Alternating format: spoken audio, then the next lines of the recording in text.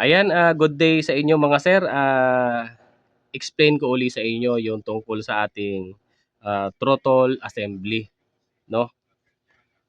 Ito kasi, itong gantong klase ng throttle assembly na kita nyo naman ang itsura, no? Ayan. Ibig sabihin lang kapag ganito na, ginagamit pa rin natin ang ganito yung ating servo, ibig sabihin yan may problema na sa ating sasakyan. No, kapag nakakita kayo ng sasakyan, nakabili kayo ng second hand, no? Tapos makikita nyo ganito na. Ibig sabihin, may problema sa ating idle system. So, bali, bypass na ang ginawa. So, bakit nga ba tayo nagbabypass ng servo? Nagbabypass tayo ng servo kapag sira yung servo driver ng ating ECU. So, ang mga gantong sasakyan kasi 4G63, 4G15, 4G92, 4G13, mga AFI, no?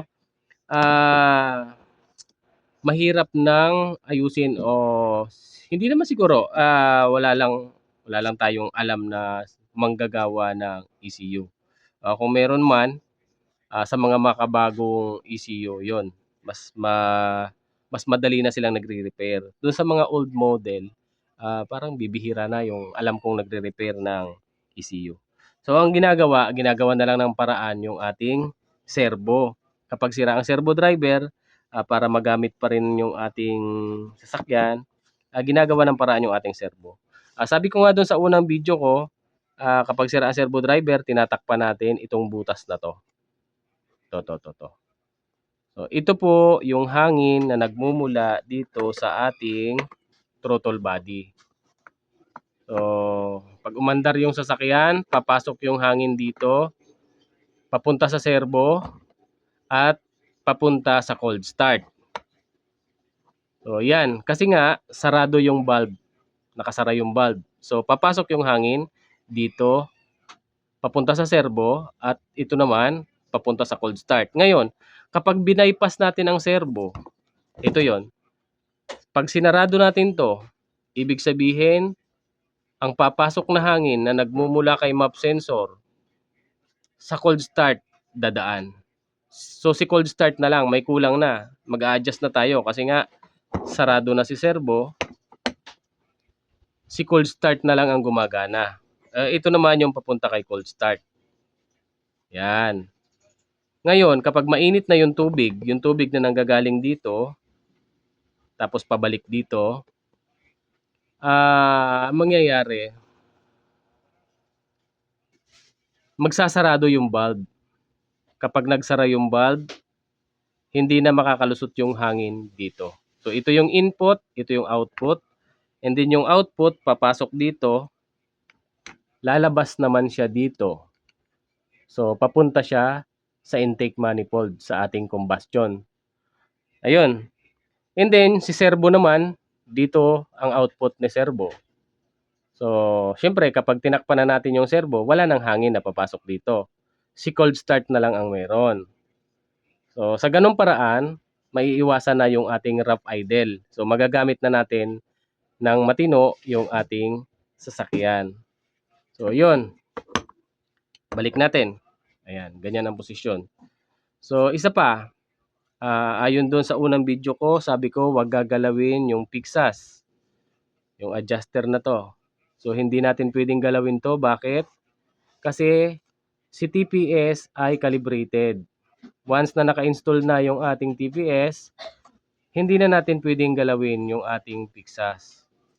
Kasi kapag ginalaw natin to, magbabago yung position ng ating throttle valve. Maaaring nag-adjust ka, maaaring nag-open siya ng ganyan, no? Lagi siyang naka-open kasi hinahabol mo yung starting.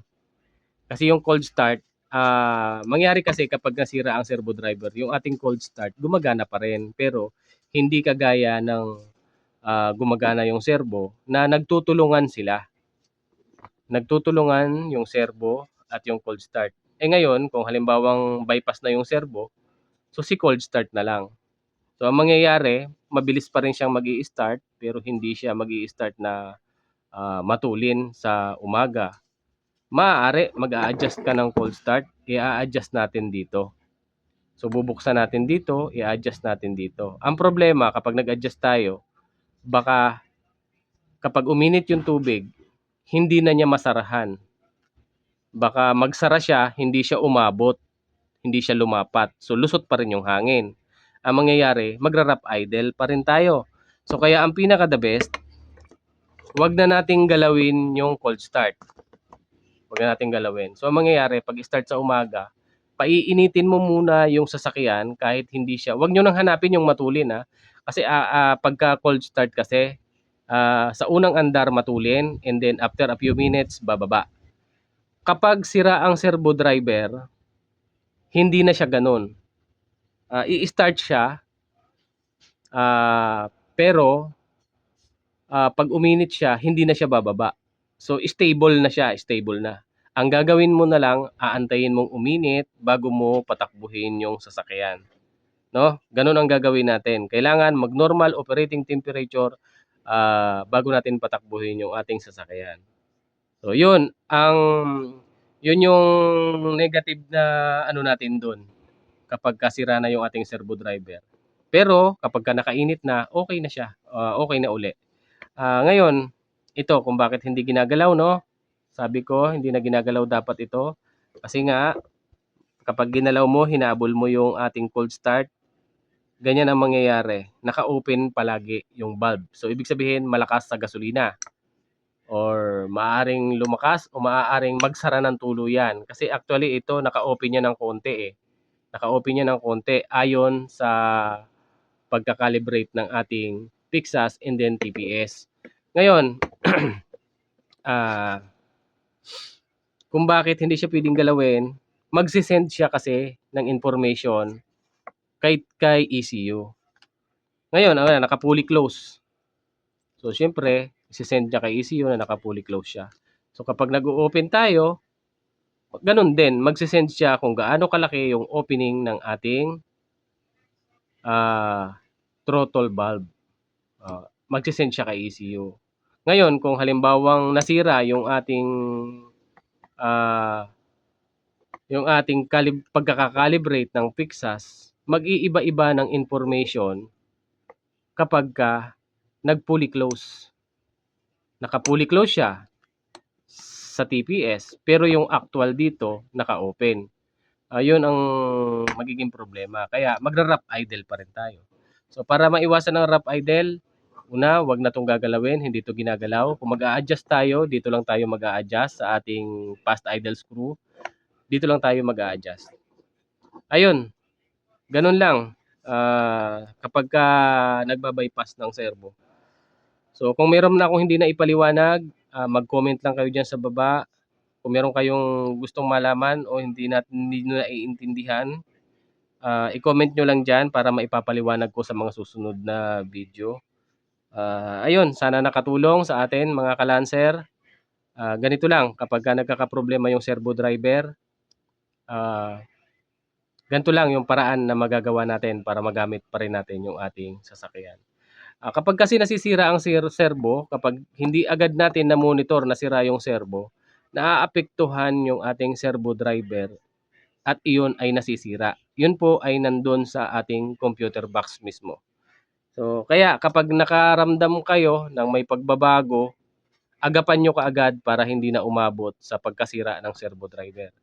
Ganun pa man, kung talagang sira ang servo driver, itong bidyong ito ay makakatulong para magamit natin yung ating sasakyan, maiwasan natin yung ating rough idle. Kadalasan kasi karamihan na nakikita ko sa Lancer Group ay tungkol sa rough idle. So napakahirap patinuin ng rough idle. Marami tayong pinagdududahan. Pinagdududahan natin si fuel pump, pinagdududahan natin si ignition coil, igniter, high tension wire, spark plug, fuel regulator. So isa yan sa pinagmumula ng rough idle. Mangyayari diyan. Titingnan natin lahat yan. Maaaring fuel injector. At pag kami nalas-malas pa, ang naging diagnose, yung ating valvula, may singaw. Isa rin sa dahilan, nag-rough idle, hindi pantay.